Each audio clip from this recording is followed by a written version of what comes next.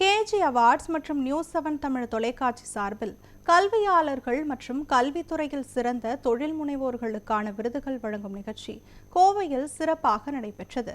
கல்வித்துறையில் வியத்தகு சாதனைகள் புரிந்து வரும் கல்வி நிறுவனங்கள் மற்றும் ஆசிரியர்களை கௌரவிக்கும் வகையில் கேஜி அவார்ட்ஸ் மற்றும் நியூஸ் 7 தமிழ் தொலைக்காட்சி சார்பில் கோவை RS புரம் பகுதியில் உள்ள மாநகராட்சி கலையரங்கில் எடுப்டீனர்ஷிப் எக்ஸலன்ஸ் அவார்ட் 2025 விருது வழங்கும் விழா நடைபெற்றது.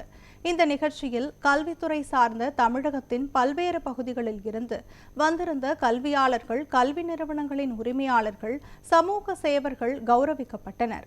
இந்த விழாவில் சிறப்பு அழைப்பாளர்களாக கலந்து கொண்ட முன்னாள் அமைச்சரும் கிணத்துக்கடவு சட்டமன்ற உறுப்பினருமான தாமோதரன் மற்றும் பாரதியார் பல்கலைக்கழகத்தின் பேராசிரியர் சங்கமித்ரா ஆகியோர் கல்வித்துறையின் சாதனையாளர்களுக்கு பதக்கங்களையும் விருதுகளையும் வழங்கி கௌரவித்தனர். இந்த நிகழ்ச்சியில் திண்டுக்கல் பகுதியை சேர்ந்த ஹியூமன் கால்குலேட்டர் என அழைக்கப்படும் அபினவ் கணேசனுக்கு விருது வழங்கப்பட்ட நிலையில் அபினவ் நிகழ்ச்சியில் கலந்து கொண்டவர்களின் கணக்குகளுக்கு நொடிப்பொழுதில் விடையளித்து ஆச்சரியத்தில் ஆழ்த்தினார்.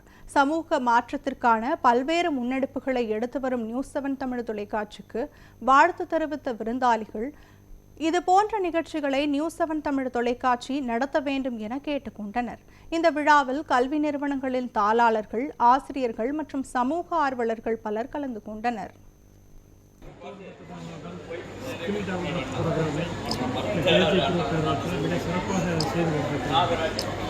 வருடந்தோறும் கிட்டத்தட்ட 10,000 பேருக்கு வேலைவாய்ப்பை உருவாக்கின்ற வகையில் இந்த கேஜி நிறுவனம் செய்து வருகிறது என்றால் பாராட்டாக இருக்க முடியும். இன்றைக்கு எத்தனையோ பேர் படித்து வேலை இல்லாமல் இருக்கிறார்கள்.